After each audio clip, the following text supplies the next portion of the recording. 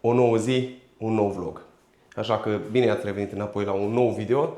Astăzi, la momentul de față, s-au făcut deja 24 de ore de când am montat filtrul ăla UV. Așa că, haideți să vedem dacă s-a schimbat în bine sau nu apa.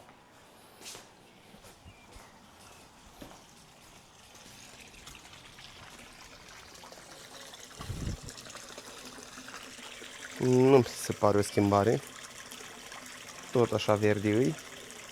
Dar știu deja că durează ceva timp până să se limpezească. Poate dura și vreo 2 luni de zile. Va trebui să-i mai trag și din mâl, dar vedem. Nu știu dacă reușesc să surprind vreun peștișor. Ia uitați, a fugit.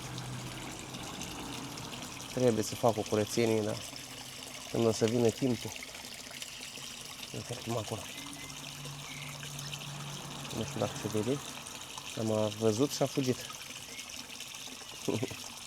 Am văzut că este și puiet. Adică am văzut unul, cam așa, micuț. Și Elena o să că au văzut unul. Acum nu știu dacă e același, dar sperăm că o să fie bine. Hai să vă arăt ce am mai făcut între timp și în atelier. Mizerii, ca de obicei, bineînțeles că fără asta nu se poate munci. Am mai așezat și ceva pe rafturi. Ce mai important, lampele astea funcționează. Pentru că în loc de panoul ăla care era acolo, s-a montat un panou de ăsta mai micuț, câteva circuite pe el, doar ce este nevoie. Și cel mai important, am început și bancul de lucru. Nu era chiar 100% necesar să-l montez acum, pentru că nu o să încep să fac mari proiecte sau mari chestii aici, dar o să am nevoie și în timpul renovării și cel mai mult o să am nevoie că în cutiile astea de pe aici și tot ce mi-a mai rămas prin zona asta, am tot felul de chestii. Bau un patent, bau șurubelniță sau ce mai este nevoie prin casă. Și vreau să mi le ordonez înapoi pe banc, pentru că dacă încep pereu săptămâna asta cu renovarea la casă, o să am nevoie, o să mă izbesc, ba am nevoie de un ciocan, ba am nevoie de o daltă, de ceva. Așa că am zis că îmi fac prima oară bancul de lucru, le așez toate frumos la vedere, deci cu toate că nu numește ordinea, că o să fie toate puse altfel față de cum eram învățat. O să mă uit pe panou ce îmi trebuie, o daltă, unde e pus aici, o găsesc imediat. Doar că există o mică problemă. Nu știu dacă se vede aici, dar se vede afară. Are protecție sus pentru ploaie, doar că protecția aia e spartă. Va trebui să mă urc pe acoperiș să-mi fund burdanul ăsta, pentru că data trecută când a plouat ceva mai tare am găsit apă pe aici pe jos. Așa că mai durează ceva timp, da? Hai, ne descurcăm. O să mai dau înainte, dar nu astăzi, pentru că ziua de astăzi e deja aproape pe terminate. E ceasul aproape 8 și eu o să mă îndrept spre casă, pentru că deja sunt obosit. Mă trezesc la 4 și e dificil să stai până seara târziu și puține ori de somn și nu merge creierul exact cum ar trebui. Unul la mână, iar 2 la mână, nu mai am materiale. Trebuie să mai demontez acasă câteva chestii ca să pot să-mi finalizez bancul. Așa că ne vedem mai târziu. Am revenit, am mai lucrat puțin printre timp și astăzi. N-am făcut mare lucru, că au fost multe chestii mici. Și anume am terminat rafturile astea aici, de desubt. Am făcut și aici frumos. Am terminat și cu plăcile astea de pus. Am pus și eu din ce am mai avut, pentru că n-am demontat chiar tot acasă. Și n-am vrut să mă duc să mai dau bani degeaba, că oricum e provizoriu. Când o să termin casa, o să mă bag și în atelier aici de făcut frumos. Se vede că am pus suporții la baterii. Am făcut schema asta așa, astfel încât să pot pune cât mai multe. Aș putea pune lejer vreo 25 de baterii, cred că. Mi-ar fi suficient. Și pe cum vedeți, aici am început să fac o mică sortare în ce am nevoie să pun aici pe panourile astea, ca să-mi fie cât de cât de mână cu ele și să le găsesc ușor. Nu vreau să le mai pun toate grămadă, o să le pun ceva mai răsfirate și o să le pun pe segmente.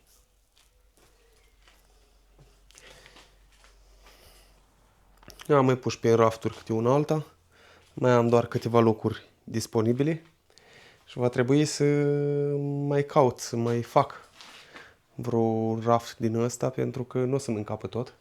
Așa că o să blochez geamul ăsta. Nu am încotro. Oricum îi rupt acolo ruloul, o să rămân închis. Așa că am zis că îl las închis, nu-i problemă și aici o să mai fac un răftuleț. Pe ăsta am zis, cred că o să-l țin, nu o să-l dau jos dulăpiorul ăsta de aici, că o să-l folosesc tot ca raftă. Haideți să vedem ce se întâmplă și la pești. Aici am început să mai strâng, să mai pun în raft și de aici. Și de aici mai am câteva chestii. Și haideți să vedeți peștii, pentru că e a treia zi de când am pus filtrul UV. Să vedem dacă mai merge. Văd că e aprinsă lumina, deci înseamnă că merge. Doar că apa nu prea s-a schimbat așa. Mi se pare că parcă e ceva mai limpede față de înainte. Dar nu știu ce să zic. Elena o să-i se pare o schimbare mai mare, pentru că eu am fost în fiecare zi, însă Elena nu mai venit aici de duminică. Sunt curios ea ce zice. Dacă zice că e mai curată, înseamnă că are dreptate. Am dat mâncare la pești, dar n-au ieșit direct. Uite aici. Exact acolo sunt umbrile lor. Cred că se vede. Cred că vin la suprafață. Uite-l.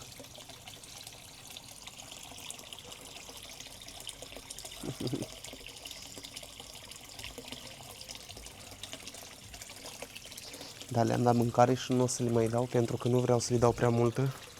Am înțeles că nu le face bine, că mănâncă ca porci. Așa că o să încep să măcar spre casă. S-a făcut destul de târziu și azi e vreo 8 și ceva. Așa că mă pregătesc să-mi strâng acareturile și să plec acasă, că mâine revin înapoi în forță, că mâine o să lucrez toată ziua. Dar pentru asta ar trebui să mă și odihnesc puțin. Mai că am venit înapoi. E deja a patra zi de când merge filtrul la iaz, filtrul UV, și sunt curios tare să văd dacă s-a schimbat. În fiecare zi când vin, mă uit. A venit și Elena și Elena zice că prima oară s-a uitat că apa e mai limpede față de înainte. Și de ce? Și după aia au văzut filtrul. Și se pare, dacă ea zice că nu a mai văzut-o de atâta zile, că e mai curată, înseamnă că începe să-și facă treaba filtrul. Da. Asta 1 la mână. 2 la mână, am adus o chestie de asta, din depărtat tapetul.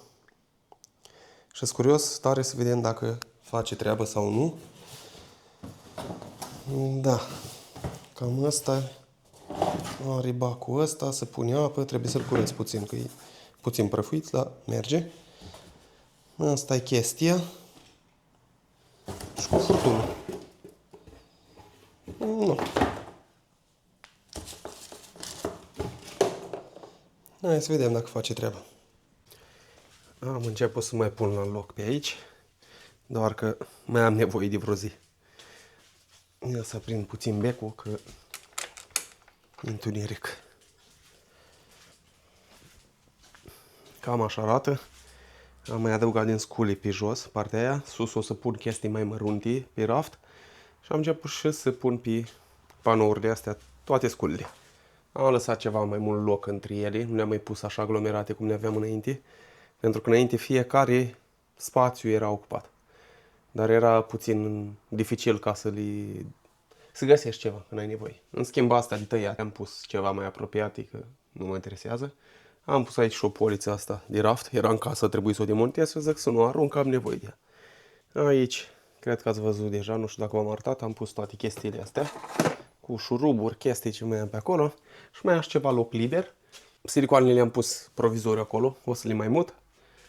Și mai am chestii de agățat, însă o să mă opresc pe azi cu treaba asta, că trebuie mai întâi să mă ocup de renovare. Trebuie să încep.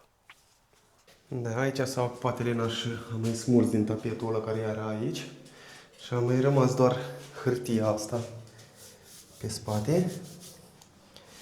Iar aici am făcut eu un test și va trebui să dau toată tencuiala jos. Va trebui să tencuiesc din nou și o să tencuiesc cu mortar. Pentru că nu pot să pun gresia pe lutul ăsta, că o să îmi cadă jos, poate, într-o bună zi. Dar până atunci trebuie să scot caloriferul ăsta, WC-ul și ghiveta plus becurile astea de aici.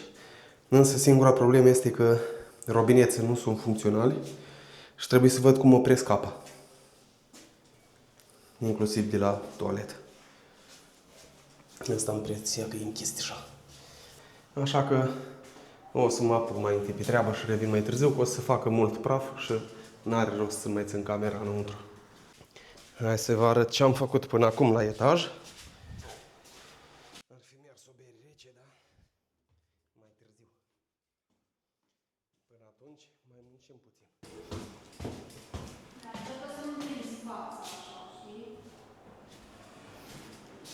În baie am dat deja tapetul jos, dar aici am mers greu, foarte greu. S-au dat în două rânduri. Mi-am puțin strâns acum pe jos, am dat ghiuveta jos, toate alea. Mi-am caloriferul ăsta să-l desfac, mă ocup imediat. I-am dat fața jos. Aici am început de-am spart o porțiune mică, am vrut să văd cum merge. Relativ nici ușor, nici greu. E acceptabil, ca să zicem așa.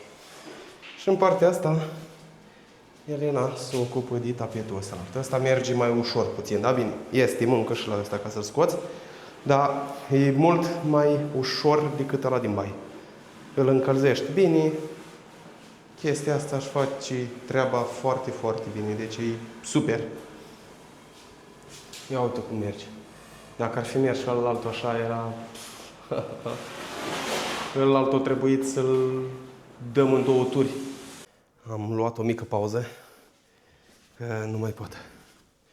Mă dor și mâinile la tapetul ăla cât am frecat, ca să-l scoatem. Am făcut destul de multe astăzi și haideți să vedeți ce am mai realizat până la ora asta, pentru că e timpul să ne cam oprim. Elena a terminat tapetul de dat jos și în camera asta. Totul absolut curat. În baie. Am terminat și eu puțin de spart. Aici am făcut un test. Aici la fel un test. Aici e aproape gata.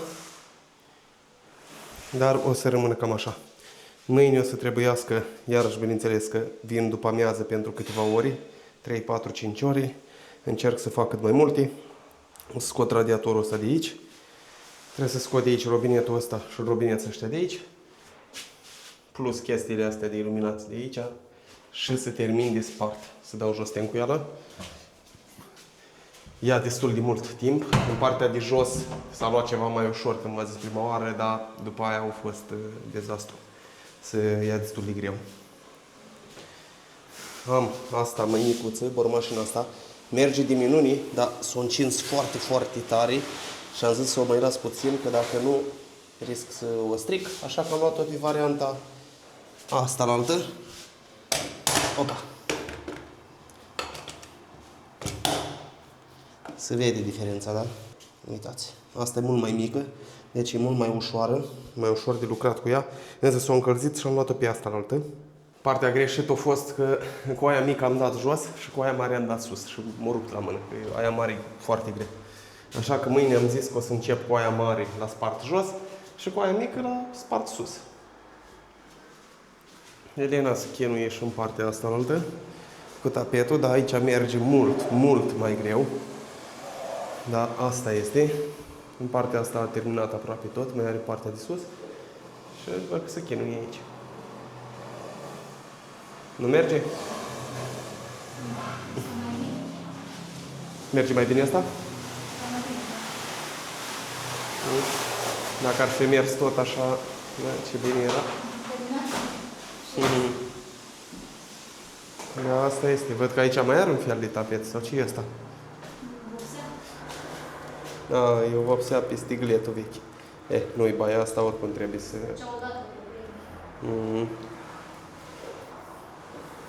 Da. Așa că, dragilor, ăsta e și vlogul pentru ziua de astăzi. O să ne luăm la revedere, pentru că imediat ne strângem și noi aparaturile, sculele. Ne urcăm în mașină și plecăm spre casă, pentru că e deja ora 8. Mai am de editat la vlogul anterior și trebuie să-l încarc și pe ăla. Așa că nu mai am timp să mai fac nimic. O să încep mâine un vlog nou, pentru că nu vreau să le fac nici prea lungi. Așa că Vă mulțumim că ne urmăriți. Nu uitați, dacă nu sunteți abonați, să vă abonați. Apăsați și clopoțelul să fiți la curent cu toate noutățile de pe acest canal. Nu uitați să dați un like, lăsați un comentariu.